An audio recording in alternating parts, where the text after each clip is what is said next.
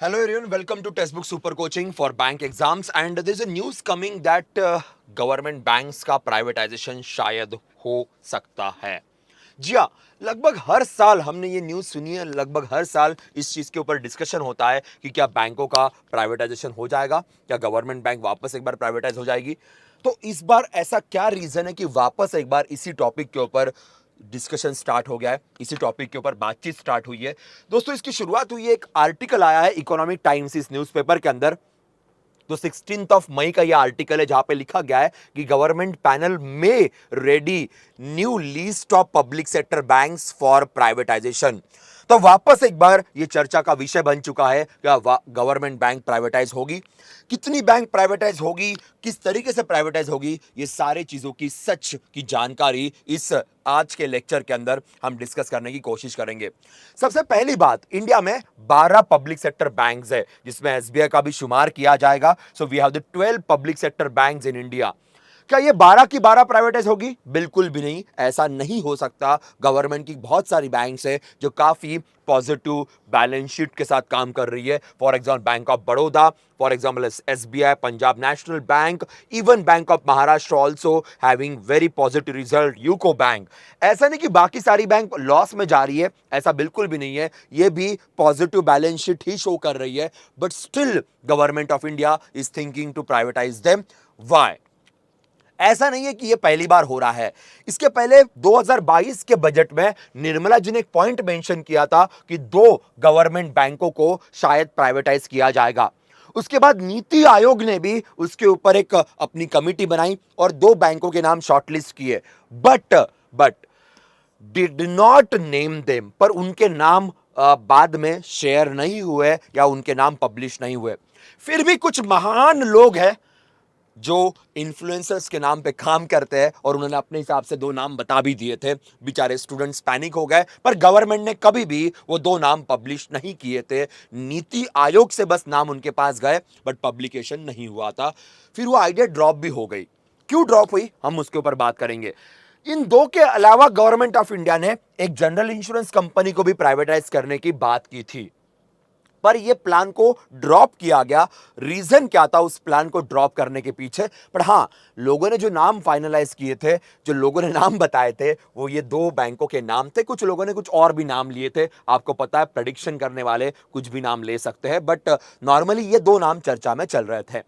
Now why it was drop? उस suddenly government ने उस आइडिया को ड्रॉप कर दिया। उल्टा जनरल इंश्योरेंस कंपनीज जैसे नेशनल इंश्योरेंस, यूनाइटेड ओरिएंटल, इन बैंकों में गवर्नमेंट ने और पैसा पोर करने की बात की और कैपिटल को या उनको रिकैपिटलाइज करने की गवर्नमेंट ने बात की थी। नाउ सीन क्या था कि ग्लोबल रिसेशन स्टार्ट हो गया था।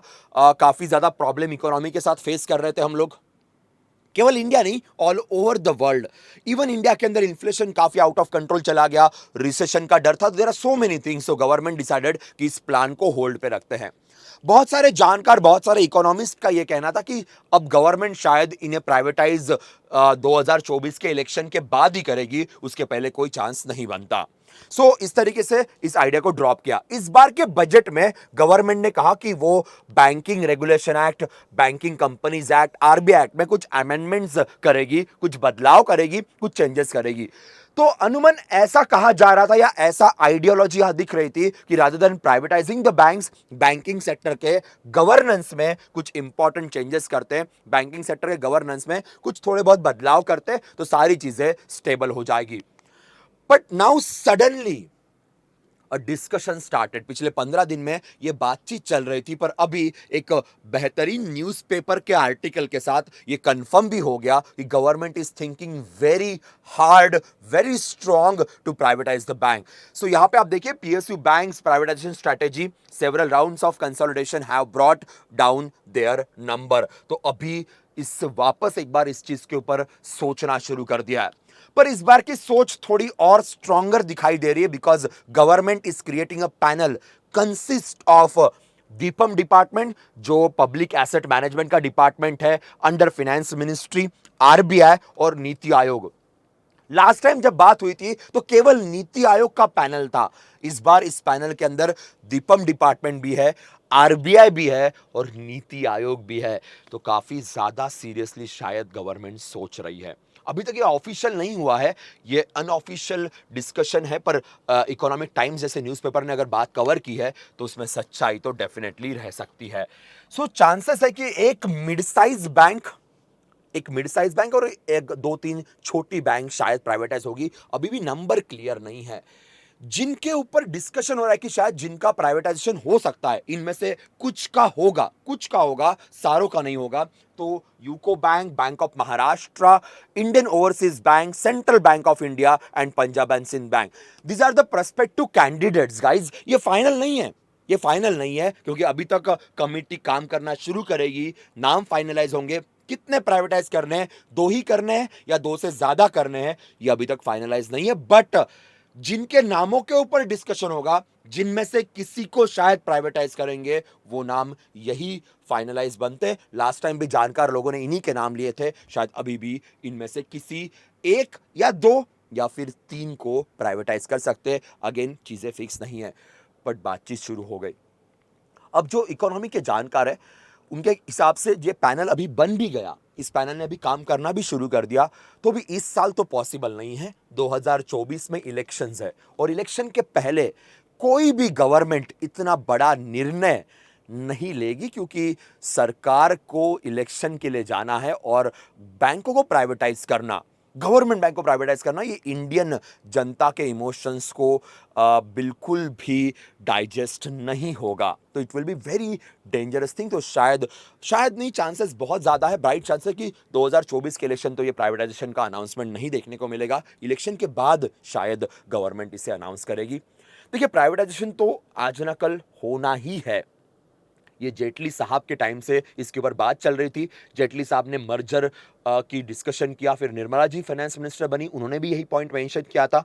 इवन जो आरबीआई गवर्नर्स रह चुके थे, जैसे रघुराम राजन साहब, उन्होंने भी कहा था कि कुछ बैंकों को प्राइवेटाइज करना पड़ेगा।